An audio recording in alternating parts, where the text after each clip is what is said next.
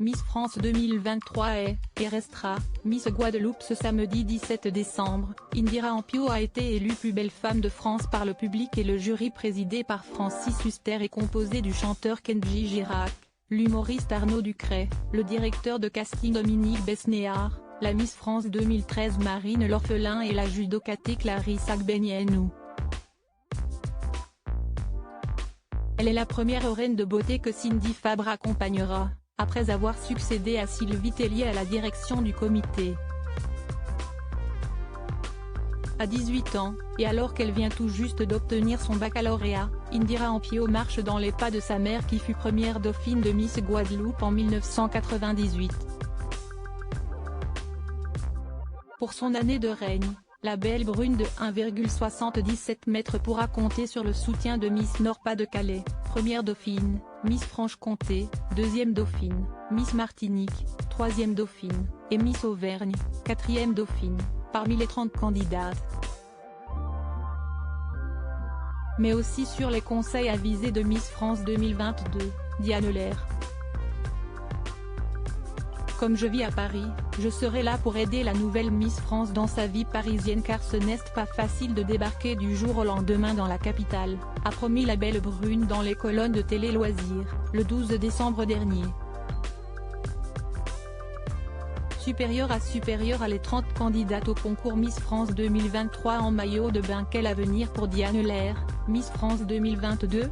Ses jours en tant que Miss France n'ayant pas toujours été évidents pour elle, Diane Lair tient à soutenir la nouvelle Miss pour ses débuts. Souvent jugée hautaine et prétentieuse, elle a regretté auprès du Figaro « Je suis parisienne », si est-il facile de tirer cette conclusion. Si est-il super dur à vivre car ce n'est pas moi. Avant de confier, à ce moment-là, ça n'allait pas dans ma vie, j'avais tout sauf confiance en moi. Quant à ses projets, elle souhaite continuer son parcours sur la matinale de Virgin Radio aux côtés de Guillaume Janton, qui a succédé ainsi à Manu Payet. Mais ses projets ne s'arrêtent pas là, j'ai écrit un livre sur mon année Miss France avec des anecdotes et des révélations. Pourquoi pas jouer dans une série ou un film aussi? J'ai déjà passé un casting mais je n'ai pas été retenue. L'immobilier, domaine dans lequel je travaillais avant, si est terminé. Quant à une éventuelle participation à TPMP en tant que chroniqueuse à l'instar de Delphine Vespizer, elle tranche, je ne pense pas que je serai à la hauteur. Tout en expliquant, c'est une émission où il faut de la repartie rapide. Ils sont beaucoup autour de la table et je n'arriverai pas à m'imposer.